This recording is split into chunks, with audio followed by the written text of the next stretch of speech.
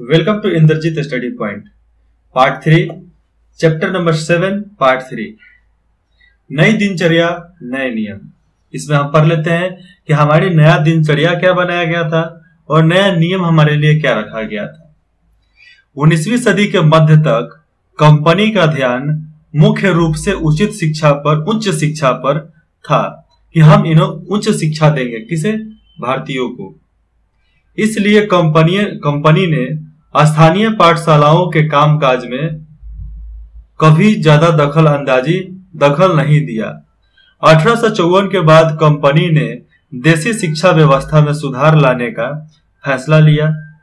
Company का मानना था कि इसके लिए मौजूदा व्यवस्था के भीतर ही बदलाव किए जा सकते हैं।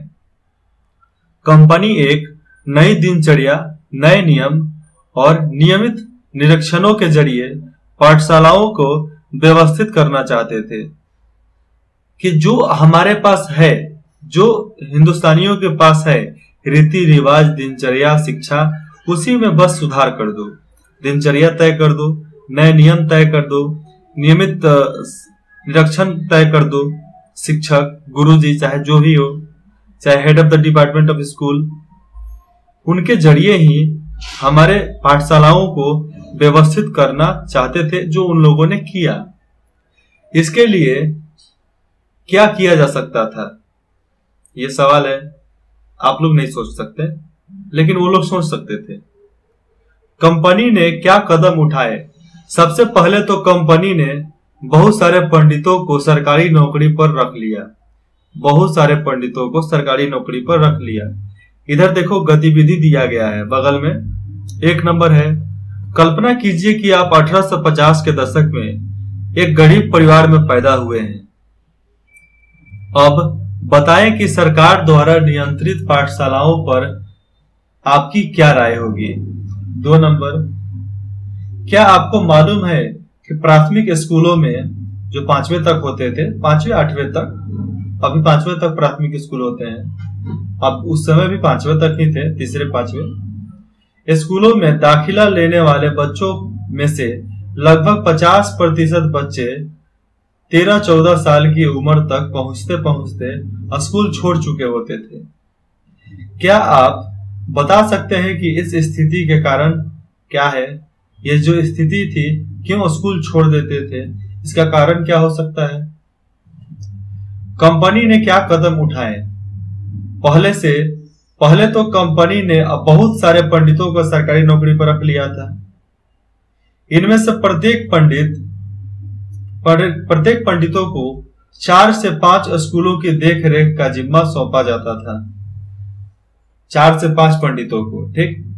पंडितों का काम पाठशालाओं का दौरा करना था, वहां अध्यापन की स्थितियों में सुधार लाना था। प्रत्येक गुरु को निर्देश दिया गया था कि वे समय समय पर अपने स्कूल के बारे में रिपोर्ट भेजें और कक्षाओं को नियमित समय सारणी के अनुसार पढ़ाएं, कि जितना समय सारणी दिया जाए उसी में पढ़ाना है। जिस तरह आज सिलेबस होता है, सिलेबस क्या है? हिंदी है, समय सारणी। अब अध्यापन पाठशालाओं पर जो अध्यापन थे वो पाठशालाओं पर आधारित होगा। जो पढ़ाया जाएगा वो स्कूलों पर निर्धारित किया जाएगा, आधारित होगा कि क्या हमें सिखाया जाएगा, पढ़ाया जाएगा। विद्यार्थियों की प्रगति को मापने के लिए वार्षिक परीक्षाओं की रूपरेखा तैयार की जाने लगी और विद्यार्थी क्या पढ़ रहे हैं उसके लिए वार्षिक परीक्षा शुरू कर दिया गया। विद्यार्थियों से कहा गया कि वे नियमित रूप से शुल्क दें, मतलब पेमेंट दे, फीस दे। नियमित रूप से कक्षा में जाएं, तय सीट पर बैठे, जो उनका सीट है उसी पर बैठे और अनुशासन के नियमों का पालन करें। अनुशासन के नियमों का पालन करेंगे तभी हमारे तौर तरीके को उन लोग सीख पाएंगे। तो पाठशालाओं में हर तरह के नियम कानूनों को बताया जाने लगा। आज भी पता है कि जब कोई जाता है अपने क्लास में तो क्या बोलता है? May I come in sir, and may I go sir, ये होता है ना सब, चाहे प्रिंसिपल कैबिन में जाओ चाहे कहीं भी जाओ, तो ये शिष्टाचार हमारे मन में बचपन से ही डाल दिए जाते हैं। और प्लीज रिपीट अगेन, इसका भी। नए नियमों पर चलने वाली पाठशालाओं को सरकारी अनुदान मिलने लगे।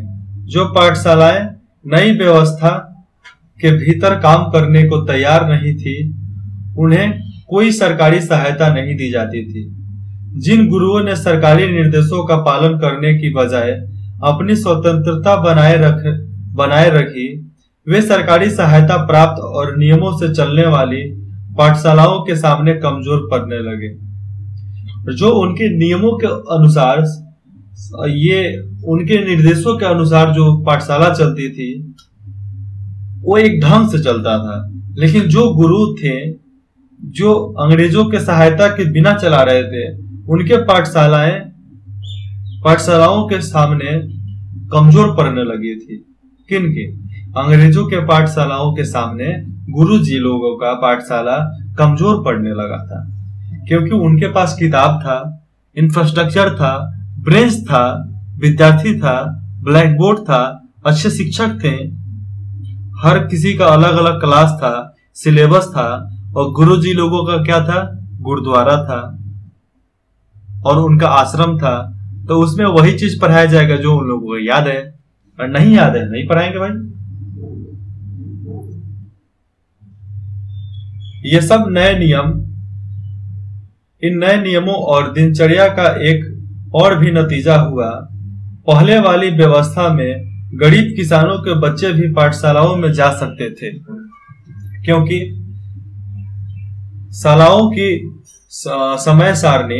पाठशालाओं की समय सारणी काफी लचीली होती थी।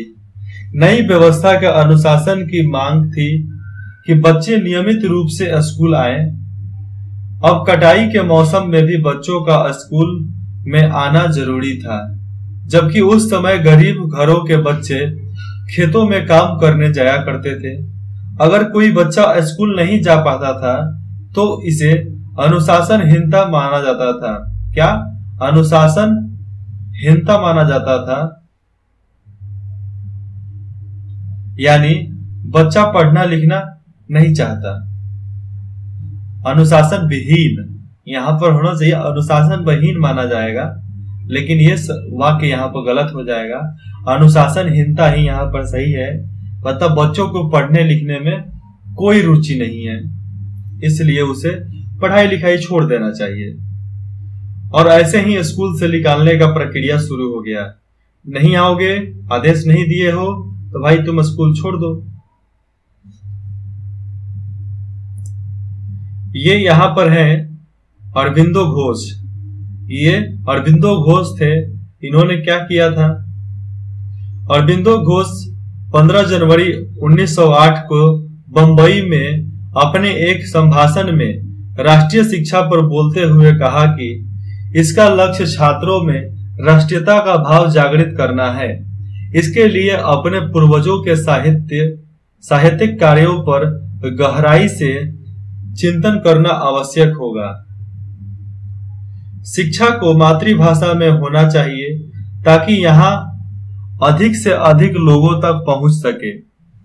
अरबिंदो ने इस बात पर भी बल दिया कि अध्यापी छात्रों को अपने स्कूलों के साथ जुड़े रहना चाहिए। फिर भी उनको आधुनिक वैज्ञानिक आविष्कारों तथा लोकप्रिय शासन व्यवस्था में संदर्भ में, उनके शासन के व्यवस्था के संदर्भ में पश्चिमी देशों के अनुभव का भी भरपूर लाभ उठाना चाहिए। इसके अतिरिक्त छात्रों को कोई हस्तकला भी सीखनी चाहिए ताकि वे स्कूल छोड़ने पर यथासंभव रोजगार पा सके।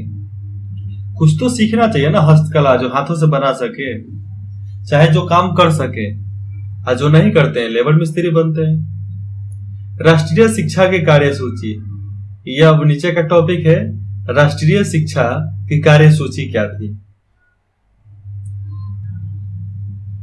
केवल अंग्रेज अफसर ही भारत में शिक्षा के बारे में नहीं सोच रहे थे। 19वीं सदी की शुरुआत से ही भारत के विभिन्न भागों के बहुत सारे विचारक शिक्षा के व्यापक प्रसार की जरूरत पर जोर देने लगे थे। यूरोप में आ रहे बदलावों से प्रभावित कुछ भारतीयों का मानना था कि पश्चिमी शिक्षा भारत का आधुनिकीकरण कर सकती है।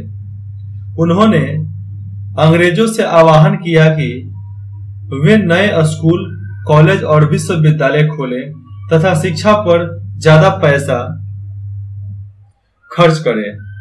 इस दिशा में हुए कुछ प्रयासों के बारे में आप अध्याय 9 में पढ़ेंगे, परंतु बहुत सारे भारतीय पश्चिमी शिक्षा के विरुद्ध थे और जितने भी बहुत सारे भारतीय पश्चिमी जो लोग थे भारतीय पश्चिमी शिक्षा के विरुद्ध थे।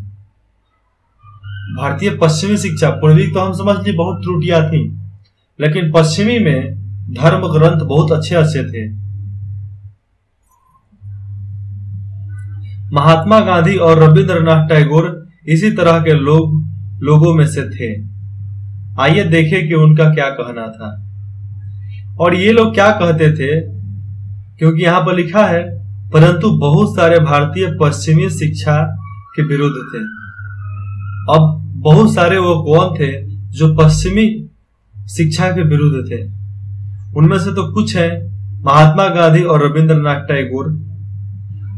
इनका नाम दिया गया क्यों? अंग्रेजी शिक्षा ने हमें गुलाम बना दिया। और ये पश्चिमी शिक्षा के बारे में क्या बात है? पूर्वी शिक्षा में हमारा हिंदुस्तानी शिक्षा आ गया, केवल असम वगैरह का नहीं, हिंदुस्तान का भी, पूरे हिंदुस्तान की शिक्षा पूर्वी में आएगा। पश्चिमी में चल जाओ, हम लोग के पश्चिम में ही ना वो लोग आते हैं, यूरोप वगैरह, तो उन लोगों की शिक्षा पश्चिमी शिक्षा थी। तो उन लोगों को बहुत विरोध किया गया और विरोध करने वाले गांधी जी थे और रविंद्रनाथ टैगोर। ये दोनों इंग्लिश में प्रकांड पंडित थे और इन लोगों का अधिकतर किताब इंग्लिश में ही छपा था। महात्मा गांधी का कहना था कि औपनिवेशिक शिक्षा ने भारतीयों के मस्तिष्क में हीनता का बोध पैदा कर दिया है। इसके प्रभाव में आकर यहाँ के लोग पश्चिमी सभ्यता को श्रेष्ठतर मानने लगे हैं और अपनी संस्कृति के प्रति उनका गौरव भाव नष्ट हो गया है। अब क्यों? महात्मा गांधी ने कहा कि इस शिक्षा में विष भरा है, जहर भरा है, यह पाप पूर्ण है, यह पापों से भरा हुआ है। इसने भारतीयों को दास बना दिया है, मतलब नौकर बना दिया है। इसने लोगों पर प्रभाव डाला है। उनके मुताबिक पश्चिम से अभिभूत, पश्चिम से आने वाली हर चीजों की प्रशंसा करने वाले इन संस्थानों में पढ़ने वाले भारतीय ब्रिटिश शासन को पसंद करने लगे हैं।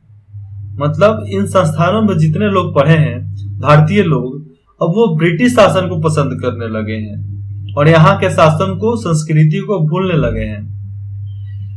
महात्मा गांधी एक ऐसी शिक्षा के पक्षधर थे जो भारतीयों के भीतर प्रतिष्ठा और स्वाभिमान का भाव पुनर्जागृत करे। और ये चाहते थे महात्मा गांधी कि भारतीयों के भीतर प्रतिष्ठा और स्वाभिमान का भाव फिर से जागृत हो जाए। राष्ट्रीय आंदोलन के दौरान उन्होंने भारतीयों से आह्वान किया कि वे शिक्षा संस्थानों को छोड़ दें और अंग्रेजों को बताएं कि अब वे गुलाम बने रहने के लिए तैयार नहीं है। और ये गांधी जी का कहना था कि अब इन्हें बता दिया जाए कि हम गुलाम रहने के लिए तैयार नहीं हैं, लेकिन फिर भी आधे स्वराज की मांग करने वाले कोई दूसरा नहीं, महात्मा गांधी और नेहरू ही थे। पूर्ण स्वराज का मांग करने वाला था कौन? भगत सिंह, चंद्रशेखर आजाद। ये लोग पूर्ण स्वराज की मांग करते थे और उन लोगों की शहादत, मृत्यु के बाद ही, उन लोगों के भाषण के वजह से ही पूर्ण स्वराज का नाम और पूर्ण स्वराज का नारा कांग्रेस वाले ने लगाए। नहीं तो कांग्रेस चाहती थी, वह भी राज करना चाहती थी, इसलिए तो 70 साल तक राज किया। नरेंद्र मोदी जी आखिर बोले कि कांग्रेस वालों ने 70 वर्ष राज किया है, कोई गलत नहीं बोले थे। महात्मा गांधी की दृढ़ मान्यता थी कि शिक्षा केवल भारतीय भाषाओं में ही दी जानी चाहिए।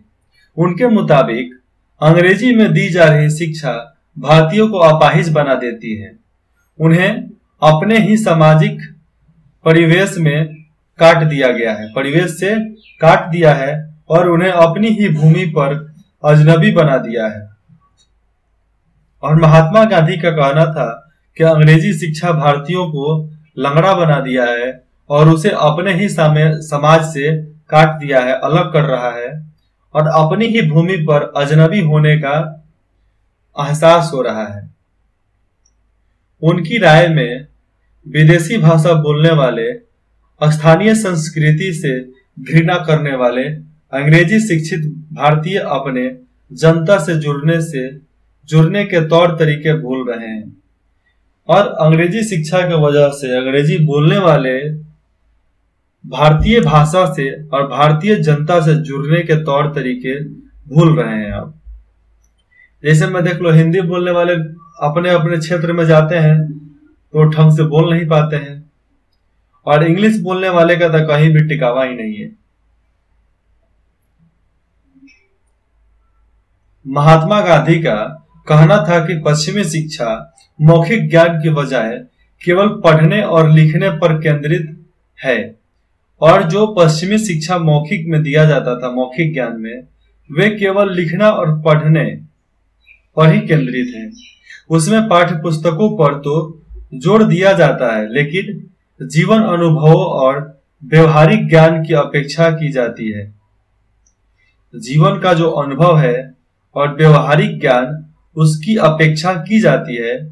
गांधी का तर्क था कि शिक्षा से व्यक्ति का दिमाग और आत्मा विकसित होनी चाहिए और शिक्षा ऐसी कि जिससे उसकी दिमाग और उसका व्यवहार और उसका भाव ये शिक्षित हो, दूसरा कुछ नहीं, उसकी आत्मा विकसित हो।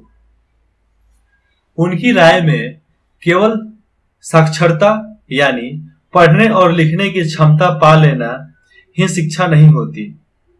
इसके लिए तो लोगों को हाथ से काम करना पड़ता है, हुनर सीखने पड़ते हैं और यहाँ जानना पड़ता है कि विभिन्न चीजें किस तरह काम करती है। इससे उनका मस्तिष्क और समझने की क्षमता दोनों विकसित होगी। क्या? अगर ये सीखेंगे तो इनका मस्तिष्क और समझने की क्षमता दोनों विकसित होगा। जब वो ढंग से लिखना और पढ़ना दोनों सीख लेंगे तो। और बगल में आपको जो चित्र दिख रहा है, एक तरफ बैठे हैं गांधी जी चश्मा लगाए हुए और एक भगवा ड्रेस में पहने हुए हैं फकीर जैसे, वो है रविंद्रनाथ टैगोर।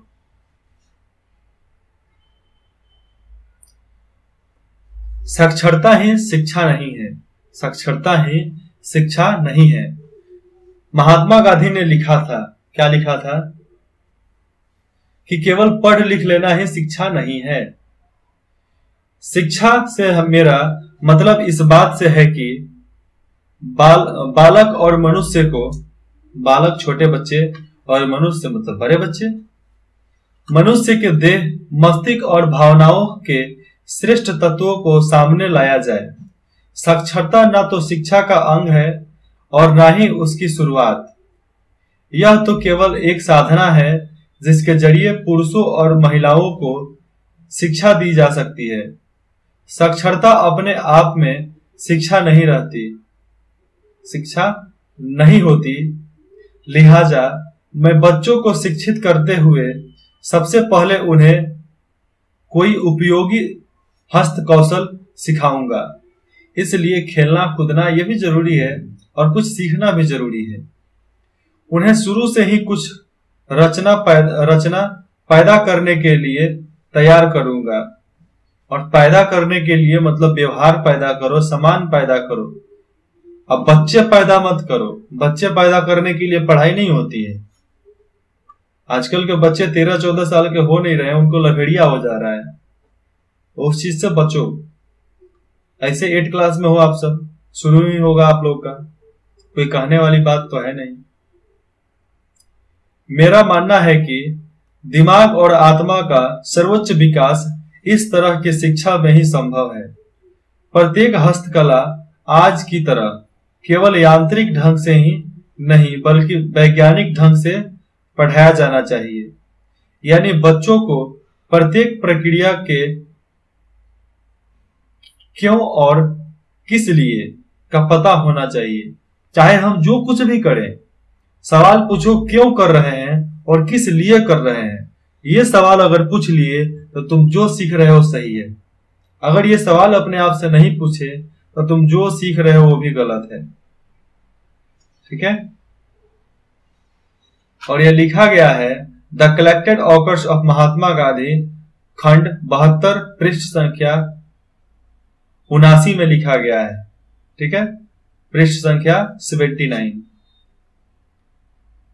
जैसे जैसे राष्ट्रीय भावना का प्रसार हुआ, कई दूसरे विचारक भी एक ऐसी राष्ट्रीय शिक्षा प्रणाली के बारे में सोचने लगे जो अंग्रेजों द्वारा स्थापित की गई व्यवस्था से आमूल तौर पे भिन्न है, मतलब आम तौर पे भिन्न अलग था। वैसी शिक्षा की स्थापना की जानी चाहिए। इसलिए हिंदी की शिक्षा हमारे प्रचार में आया और हिंदी ही हम समझना और हिंदी ही हमारी राष्ट्रीय भाषा के रूप में तय किया गया। Who is a national language? Hindi. Who is a राष्ट्रीय भाषा? हिंदी। और हमारे अंतर्राष्ट्रीय भाषा है अंग्रेजी, लेकिन राष्ट्रीय हिंदी है। टैगोर का शांति निकेतन, और शांति निकेतन स्कूल जितना भी है इसको बनाने वाले हैं टैगोर, रविंद्रनाथ टैगोर।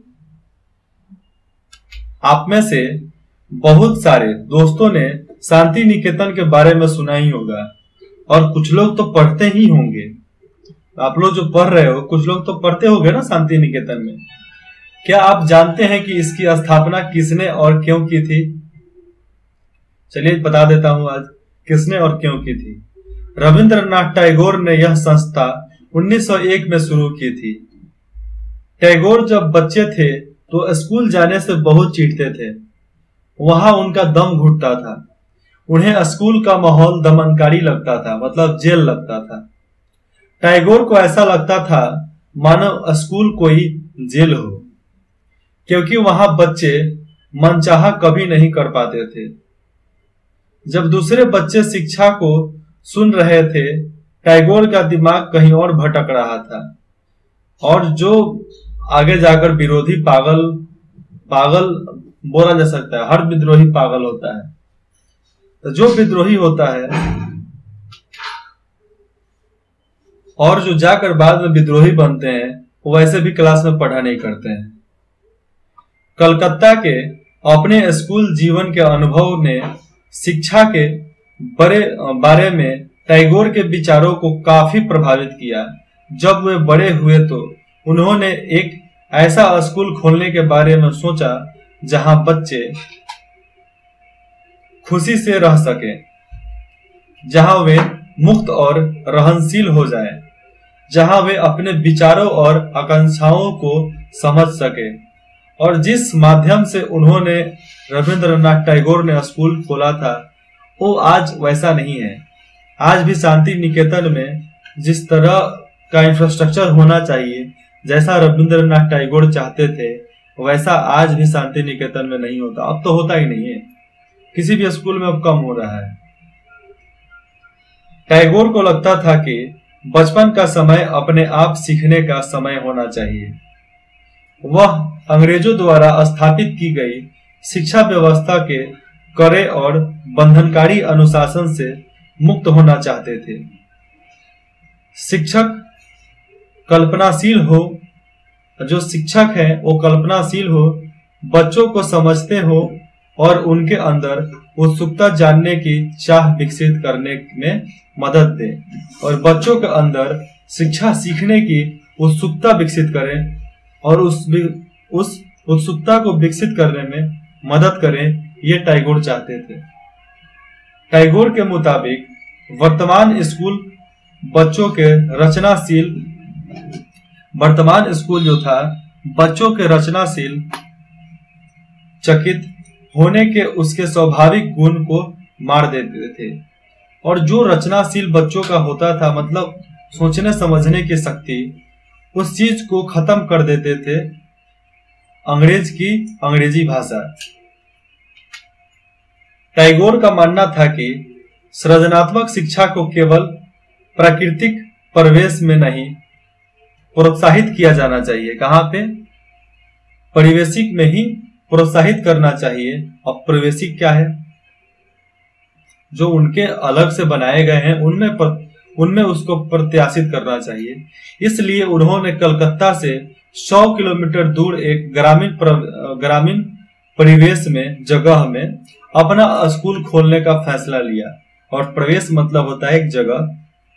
उन्होंने यह जगह निर्मल शांति से भरी शांति निकेतन दिखाई दी, जहां प्रकृति के साथ जीते हुए बच्चे अपने स्वाभाविक सृजनात्मक मेधा को और विकसित कर सके और अपने प्राकृतिक बुद्धि को और ये लोग बढ़ा सके। बहुत सारे मामलों में टैगोर और महात्मा गांधी शिक्षा के बारे में कामोबेश एक जैसी राय रखते थे और टैगोर और महात्मा गांधी का राय एक जैसा ही होता था, लेकिन दोनों के बीच फर्क भी थे। गांधी जी पश्चिमी सभ्यता और मशीनों और प्रौद्योगिकी की उपासना के कट्टर आलोचक थे और जो इनकी सभ्यता और मशीनरी प्रौद्योगिक जो था उसके कट्टर आलोचक थे। और हिंदुस्तान को बढ़ाने में मशीन ही सबसे ज्यादा साथ देता है, आज भी पहले भी दिया। हाथ से कितना बना लोगे? दिन भर में 10 बना पाओगे हाथ से। मशीन से दिन भर में 50-60 बन सकता है। 50-60 क्या, सैकड़ों बन सकता है। टैगोर आधुनिक पश्चिमी सभ्यता और भारतीय परंपरा के श्रेष्ठ तत्वों का समीकरण चाहते थे। उन्होंने शांति निकेतन में कला, संगीत और नृत्य के साथ साथ विज्ञान और प्रौद्योगिकी की शिक्षा पर भी जोर दिया, क्योंकि ये लोग चाहते थे विज्ञान और प्रौद्योगिकी की शिक्षा भी देना जरूरी है, व्यापार और कंपनी की शिक्षा देना भी जरूरी है। इस प्रकार बहुत सारे लोग इस बारे में सोचने लगे थे कि एक राष्ट्रीय शिक्षा प्रणाली की रूपरेखा क्या होनी चाहिए। कुछ लोग अंग्रेजों द्वारा स्थापित की गई व्यवस्था में परिवर्तन चाहते थे। उनका मानना था कि इसी व्यवस्था को इस तरह फैलाया जाए कि उनमें ज्यादा से ज्यादा लोगों को पढ़ने के मौके मिले। जो नहीं पढ़ना चाहते हैं, जो नहीं पढ़ सकते थे फीस देकर, उन्हें भी पढ़ने का मौका मिले, ज्यादा से ज्यादा बच्चों को। इसके विपरीत बहुत सारे लोग ऐसे भी थे जो एक वैकल्पिक व्यवस्था चाहते थे, बीच का व्यवस्था, ताकि लोगों को सच्चे अर्थों में राष्ट्रीय संस्कृति की शिक्षा दी जा सके। कौन तय करे कि सच्चे अर्थों में राष्ट्रीय क्या है, सच्चे अर्थों में राष्ट्रीय क्या होता है। इस राष्ट्रीय शिक्षा की बहस स्वतंत्रता के बाद भी जारी रही कि राष्ट्रीय शिक्षा हो क्या सकता है। ये चित्र देखो, ये चित्र 12 कोयम्बटूर के एक प्रचारक स्कूल में खेल रहे बच्चे। 20वीं सदी का प्रारंभ, 19वीं सदी के माध्यम तक ईसाई प्रचारक और भारतीय सुधारवादी संगठन लड़कियों के लिए स्कूल खोलने लगे। और ये लड़कियों के लिए ही स्कूल खोला गया था, क्योंकि लड़कियों को उस समय पढ़ाना बहुत लोग नहीं चाहते थे, क्योंकि लड़कियां पढ़ जाएंगी तो बात मानना बंद कर देंगी। उसके बाद है सभ्य करने के लिए शिक्षा। इसको बता दूं? चलो बता ही देता हूं। 1870 में शिक्षा अधिनियम लागू होने तक आमतौर पर पूरी आबादी के लिए व्यापक शिक्षा व्यवस्था नहीं थी। बाल मजदूरी बहुत बड़े पैमाने पर थी, बच्चों से मजदूरी कराना। आज बाल मजदूरी पर कानून है कि 14 साल से नीचे के लड़के से मजदूरी कराना गैर कानूनी है, उसे दंडनीय किया जाएगा, सजा सुनाया जाएगा। परिवार चलाने के लिए उनकी आय महत्वपूर्ण थी। स्कूल भी बहुत कम थे। ज्यादातर स्कूल चर्च या ईसाई द्वारा स्थापित किए गए थे, उनके द्वारा ही बनाया गया था। शिक्षा अधिनियम लागू होने के बाद सरकार ने नए नए स्कूल खोलने शुरू किए और अनिवार्य शिक्षा का प्रावधान किया, मतलब जो निजी शिक्षा होना चाहिए उसको बढ़ावा दिया। टॉमस आर्नोल्ड उस दौर के सबसे महत्वपूर्ण शिक्षण विचारकों में से एक थे। कौन? Thomas Arnold. वह रग्बी नामक प्राइवेट स्कूल के मुख्य अध्यापक थे।